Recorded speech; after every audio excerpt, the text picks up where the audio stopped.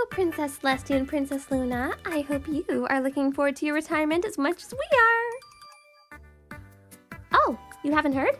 Well, if you don't retire in the next 4 to 5 executive business days, we will be officially terminating your employment as princesses. Basically, as your royal advisor, I royally advise you to retire. Why, you wonder? To start, although you two are alicorns, we've barely seen you save your kingdoms. Chrysalis attacks? You tried, but you were very weak. Discord's back, and apparently you can't stop them even though you've done it before with your sister. You defeated King Sombra with your sister before, and yet a unicorn was able to save the Crystal Empire along with her dragon instead of, you know, you and your sister. It's obvious that you haven't been using your powers a lot for whatever reason. Next, it seems there's a more powerful unicorn out there who can literally change the minds and equalize a whole entire village. Oh yeah, and they can actually swap your cutie marks, and apparently you're not able to do that. Oh yeah, did I mention they have the power to literally obliterate the Lord of Chaos himself? So meet your new replacement, Starlight Glimmer!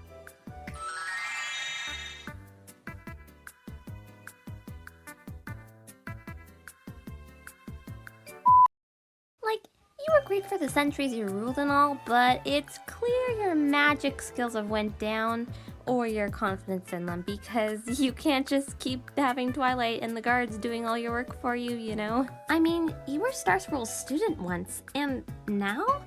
I mean, I wouldn't be surprised if you were weaker than the average unicorn. You know when you say things in your head, they sound better than when you say them out loud?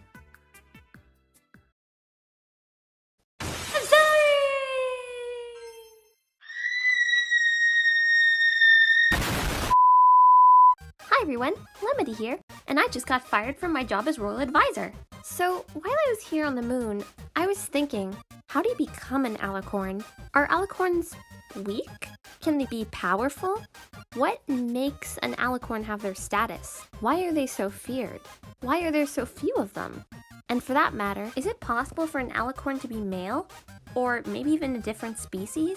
In this analysis, we'll be reviewing those questions and any other questions I can think of that are about alicorns. Now, what is an alicorn? An alicorn is a pony with a horn and wings. Celestia and Luna, Cadence, Twilight, Queen Chrysalis. Wait, what? Yes, you heard right.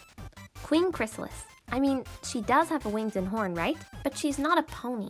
So I guess it's really up in the air whether she classifies as an alicorn, but she definitely checks all the boxes. Wings and horn, and also the changelings do look up to her, and she is a queen. Pretty much the same as Celestia and Luna being princesses in Equestria, and their subjects look up to them, so there's that similar dynamic. Now, how do you become a princess? Highlighting become, because in Season 6, where it was confirmed that a birth of an alicorn was something Equestria had never seen before, we can assume that Celestia and Luna grew up as either a Pegasus or a unicorn or even Earth Pony, and then earned their wings and horn.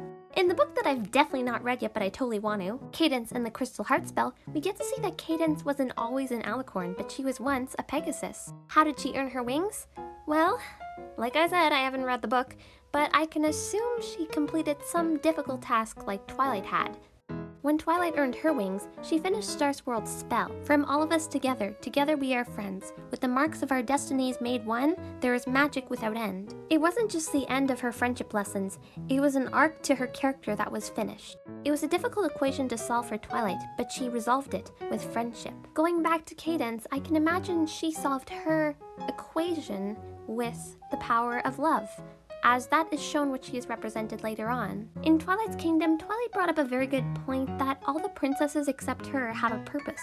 If you know something that Cadence and Twilight have in common is that they both represent a certain virtue. Now, according to the Oxford Dictionary, virtue, quote-unquote, means behavior showing high moral standards. Cadence represents love, like the love of two people coming together in realization they're meant for something bigger, while Twilight's virtue is friendship, My theory for how Celeste and Luna got their virtue and status as alicorns is a long time ago, before they got their cutie marks and when they were little fillies, they were close, but they were less close as they each went their own way in terms of interest. Their parents tried to get them to see the similarities in one another, but weren't always very successful.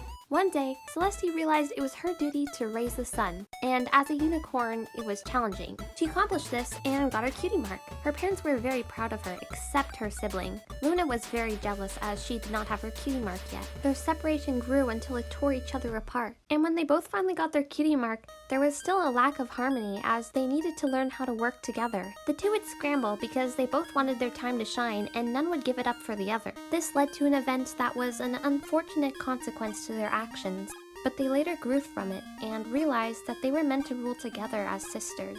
So there it is. They both represent different things. Celeste and Luna, from all the morals that we've learned from them, it's definitely about working together as a family.